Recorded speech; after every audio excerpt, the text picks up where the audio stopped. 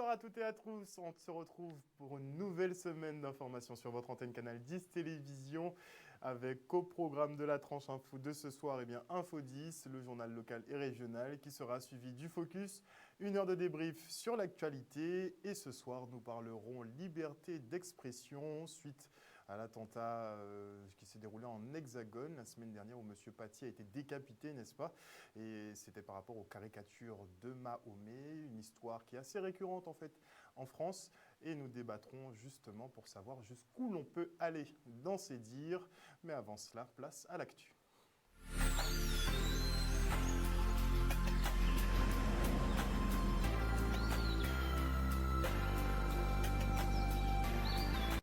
Nous sommes le lundi 26 octobre 2020 et voici les titres de ce journal. Nous suivrons une délégation régionale qui s'est rendue sur les chantiers du plan d'urgence en eau potable des communes de Gosier et Bémao. Puis nous vous donnerons quelques astuces pour éviter la propagation d'un feu d'origine électrique suite à l'incendie qui a ravagé une habitation à Pointe-à-Pitre ce samedi. Et en fin d'édition, nous parlerons sport avec le stage de sélection des futures footballeuses de la Ligue guadeloupéenne.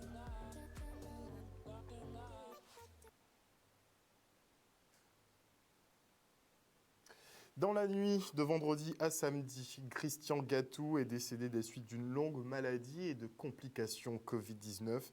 La fin d'une aventure pour ce haut fonctionnaire qui a été directeur adjoint du CHU et président d'eau d'excellence. Une carrière bien remplie dans la fonction publique où il aura connu des centaines de collègues et vu par beaucoup comme un grand frère plein de bons conseils. Ses amis proches et famille de Cap Excellence, on peut le dire, lui ont rendu un hommage ce matin. Le reportage de Michel Depape.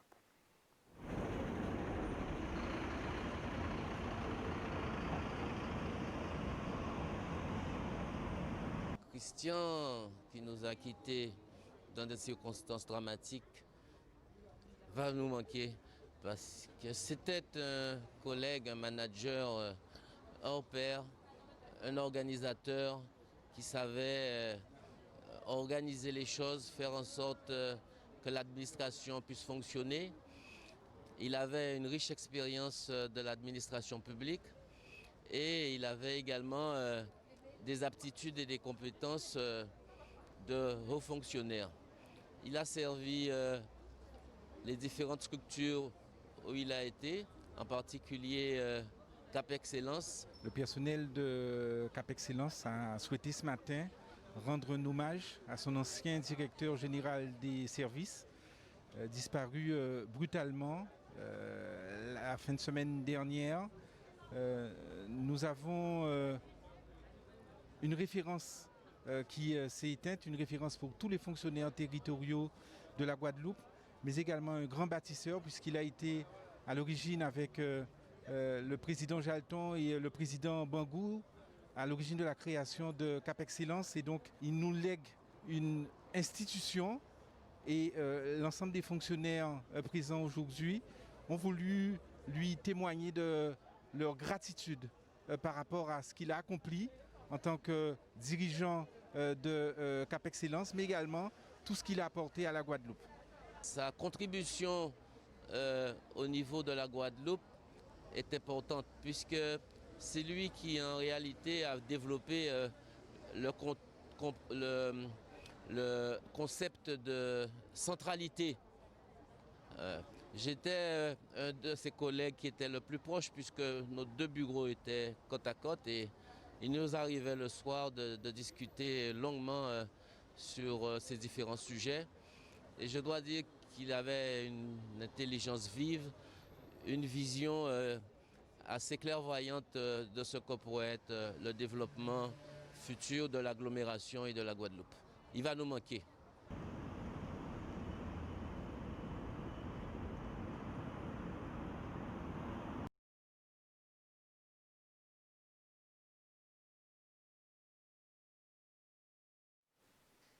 Le président de région, Harry Chalus, lui a constaté l'état d'avancement des travaux de réfection du réseau d'eau potable sur les communes de Gosier et Bémao. À Bémao, il s'est tout d'abord rendu sur 3 opérations en cours, à savoir le renouvellement entre RAFR et la Gabarre, le FIDER de Vernou et celui de Bélocado, mais aussi le nouveau réseau de distribution du bourg de la ville de Bémao. Au Gosier, il était question du réservoir de Boson et du réseau de Leroux qui lui aussi va être refait. Le reportage de Charlie Dagonia. Nous avons vu ce qui se fait sur Bémao.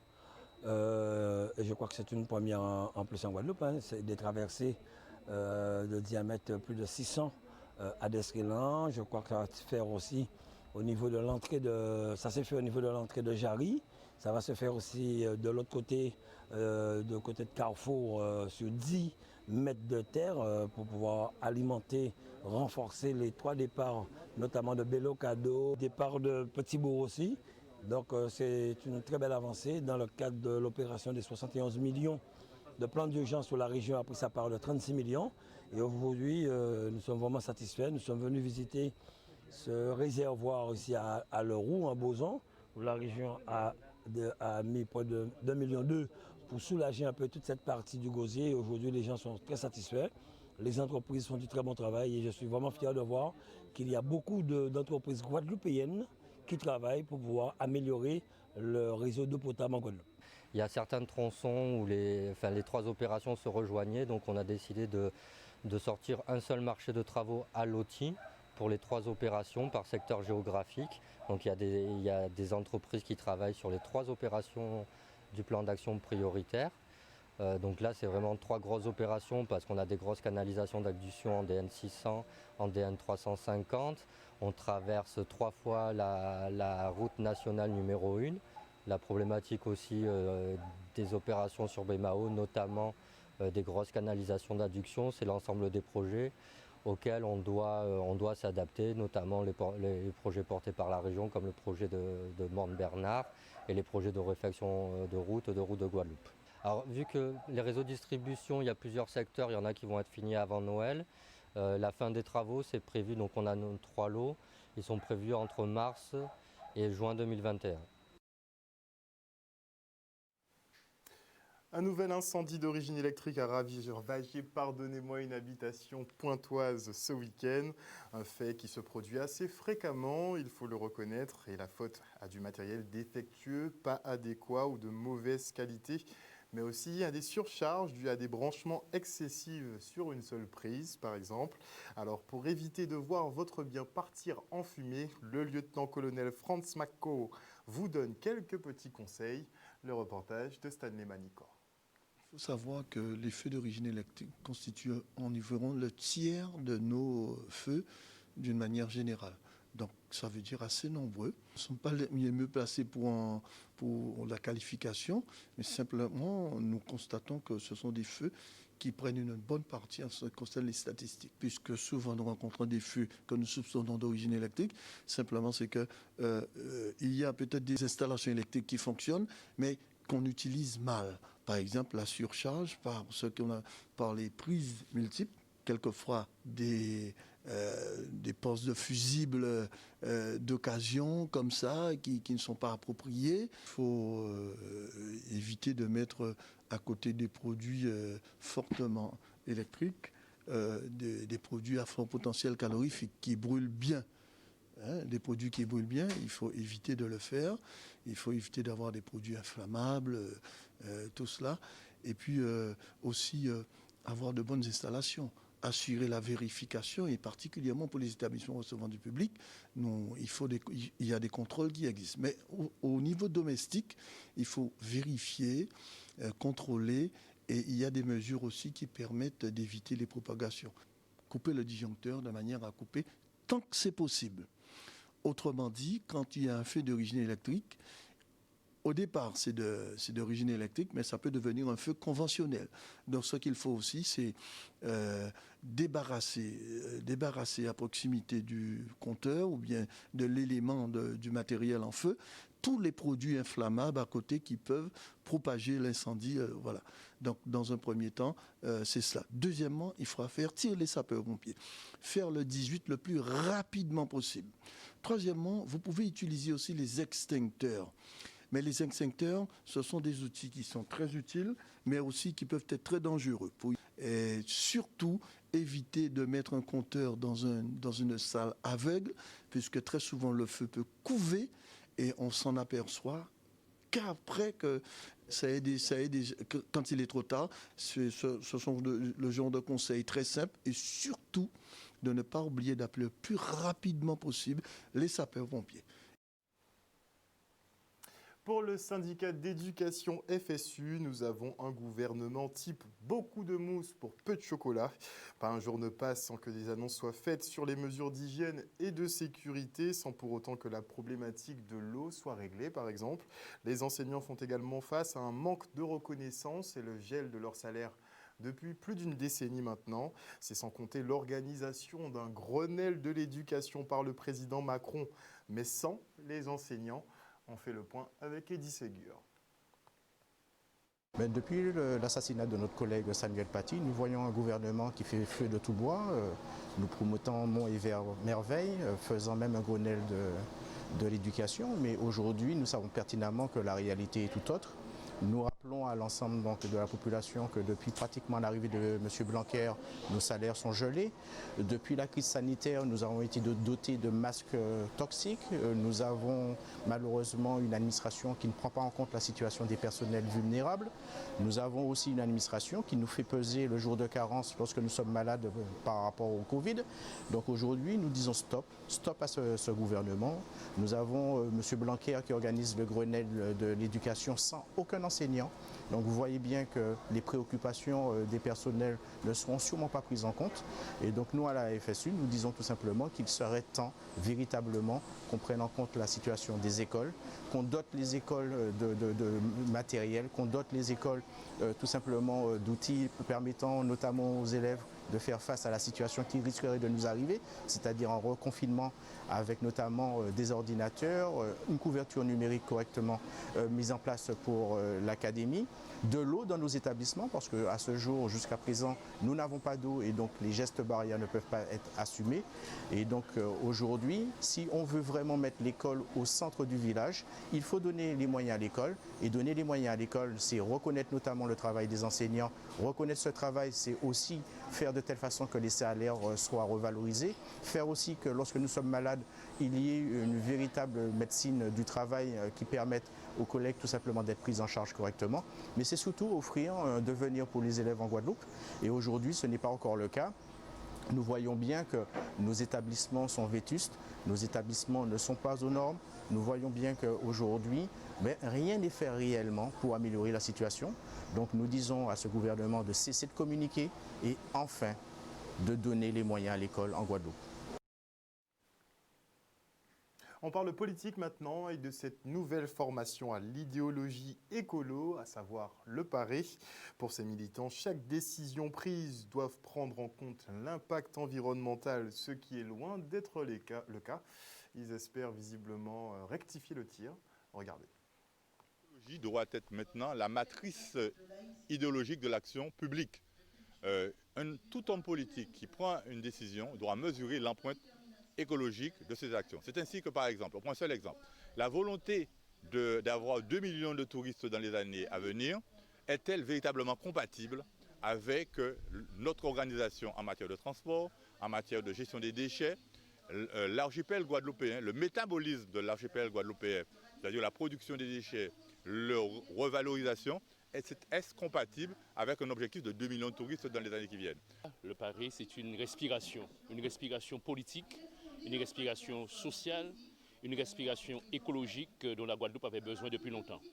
Le PARE, c'est cette nouveauté dans le cadre organisationnel qui fait que nous sortons du cadre très conventionnel des partis que nous connaissons déjà.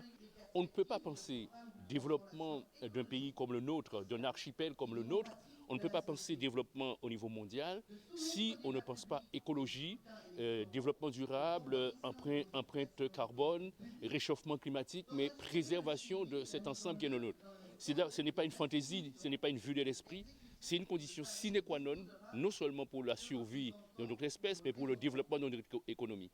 Nous avons le devoir de mettre en place des politiques écologiques pour préserver et faire en sorte que nous transmettions aux générations futures une Guadeloupe durable, propre et aussi une Guadeloupe équitable. Nous autres les jeunes, nous avons besoin des plus anciens, les anciens ont besoin de nous.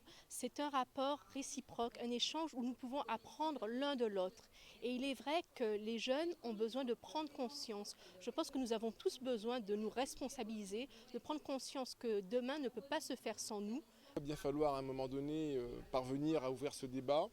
Il s'agit là effectivement d'une nouvelle dimension, d'une nouvelle vision politique, ancrer effectivement des valeurs écologiques au sein de nos politiques publiques quotidiennes est aujourd'hui tout un enjeu sociétal, un enjeu aussi également environnemental, mais aussi un enjeu humain pour la société civile, pour donc l'émergence de notre jeunesse. Aujourd'hui, il n'est pas encore trop tard que chaque politique puisse mettre l'écologie au cœur de ses politiques publiques.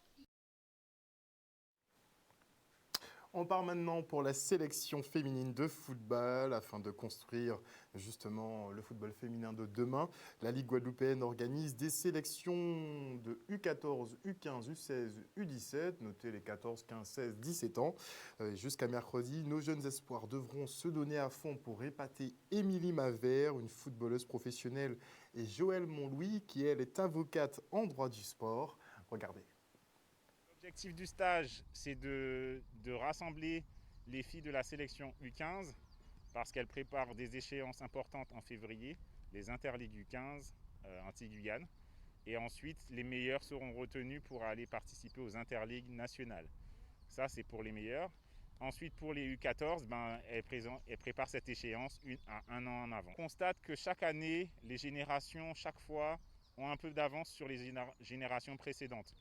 Aujourd'hui encore, on travaille sur la génération 2006-2007 et on constate que déjà certaines 2008 se rapprochent déjà du niveau de celles qui sont en 2006. Donc chaque année, on a cette bonne surprise-là de voir que les filles progressent et arrivent à un niveau de jeu un peu plus jeune dans leur vie. Nous voyons le travail des clubs, les clubs travaillent beaucoup. Nous avons été surpris sur la détection U12, U13 de samedi dernier. Parce que nous avons vu des filles qui ont du potentiel, des filles qui jouent au ballon, des filles qui maîtrisent. Donc nous sommes contents de cette progression. Ça prouve que le travail que nous effectuons depuis un an paye. Donc c'est que du bonheur. C'est la première fois que je viens avec les filles et je vois qu'il y a un travail qui se fait. Et je suis un peu surpris de voir que la méthode, comment elles font, je vois avec M. Céligny, ça se passe très bien et la progression, elle est bonne. Si on doit développer le football guadeloupéen, on est obligé de passer par là. Parce qu'auparavant, il y avait une équipe féminine senior, mais maintenant, on part de la base et comme ça, la progression sera meilleure. Et d'ici quelques années, on aura une bonne équipe. C'est de bon augure pour le football féminin guadeloupéen. On devrait voir dans les 2 années qui suivent une évolution dans la qualité de jeu et dans la qualité des sélections. On a fait une évolution là, cette saison avec une évolution de la formule du championnat et ça va certainement permettre d'avoir des matchs plus équilibrés et des matchs plus attrayants. Retour maintenant sur la 5e journée de Régional 1 avec une rencontre entre le CSM et la Solidarité scolaire qui s'est inclinée à domicile. Regardez. Il y a des soirs comme ça, hein. Je pense que tout était contre nous. Ils mènent, on revient au score, on fait le plus dur. Et après, bon, c'était assez compliqué. Ils ont eu la maîtrise, je pense. Ils méritent leur victoire, donc on va travailler. C'est le début du championnat. On est très heureux ce soir, 4-1 au Moule contre le CSM avec la manière. Donc on est très heureux, on montre l'exemple qu'on peut jouer au football en Guadeloupe. Ça n'a pas marché ce soir. Bon. Après c'est toujours compliqué, hein. Ça, une fois qu'ils mènent 2-1, ils font le break. Encore une fois, rien n'a fonctionné ce soir. Ouais. Franchement, nos objectifs, c'est jouer le haut de tableau. Si on prend le titre, on le prend et voilà. On est clairement dans le haut de tableau. On a monté une équipe pour. La cohésion commence à bien prendre, donc maintenant c'est continuer à travailler et montrer qu'on est là, quoi. La SS est présente.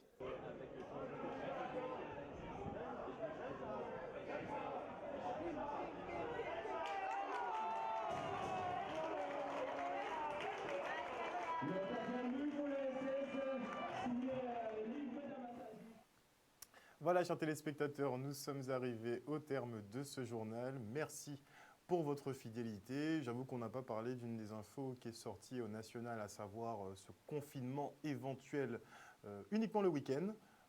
Je trouve ça un peu absurde dans l'immédiat, mais si ça s'avère, on en parlera. En tout cas, merci à vous tous. N'oubliez pas que sur Canal 10 Télévision, vous faites l'information que nous diffusons. Le journal local revient demain à 18h30. Passez une bonne soirée à l'écoute de nos programmes. Bisous.